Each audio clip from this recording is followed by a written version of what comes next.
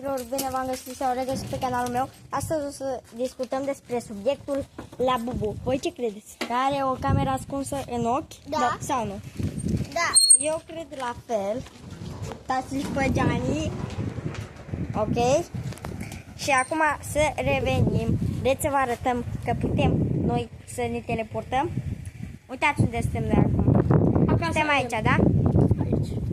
Și o să ne teleportăm. Doar că ne trebuie prima oară puterea like-ului, pentru că altfel nu o să meargă. Așa că apăsați pe butonul de like, pentru că altfel nu o să meargă. Da. Uite, o să Like. încercăm acum. Like. N-a mers.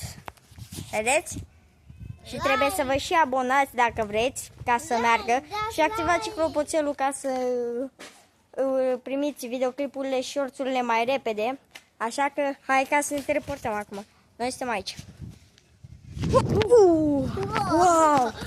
Vedeți? Am putut să ne teleportăm. Uite, noi eram acolo și acum suntem aici. Vedeți? A bubuite la aici. Da. Acum arunc. Are Acum o să vedem dacă la Bubu o să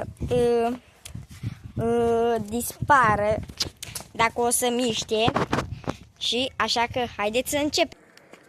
Uitați, la Bubu este aici. Vedeți? Să ne spune dacă cumva s-a mișcat. Uite! Bă!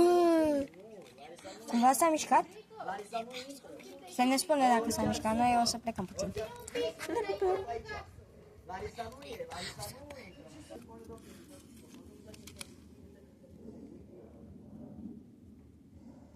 Haideți să vedem dacă s-a mișcat la Bubu. Fix unde l-am lăsat. Bă, ești nebun? Dacă cumva s-a mișcat, să ne spuneți voi în comentarii. Să dați și un share. O să ne ajute foarte mult. Și... Ziceți în comentarii. Bă, fiți atenți, stați așa. Să vă arăt ceva. Ia faceți voi poză. Stai, bă, stai, uite așa. Stai drept, nu te mișca. Ia faceți, bă, voi poză la Curosta Bengos. Bă, gata, bătuți de ăla. Nu, bă, ca să atragă, mă. Abonați. Ce, nu vrem abonați? Să facem și noi abonați. Să facem și noi un buton. Hai mă, gata. Ok. Aici se va încheia filmarea. Cu voi a fost Mario, Darius și fratele meu Denis.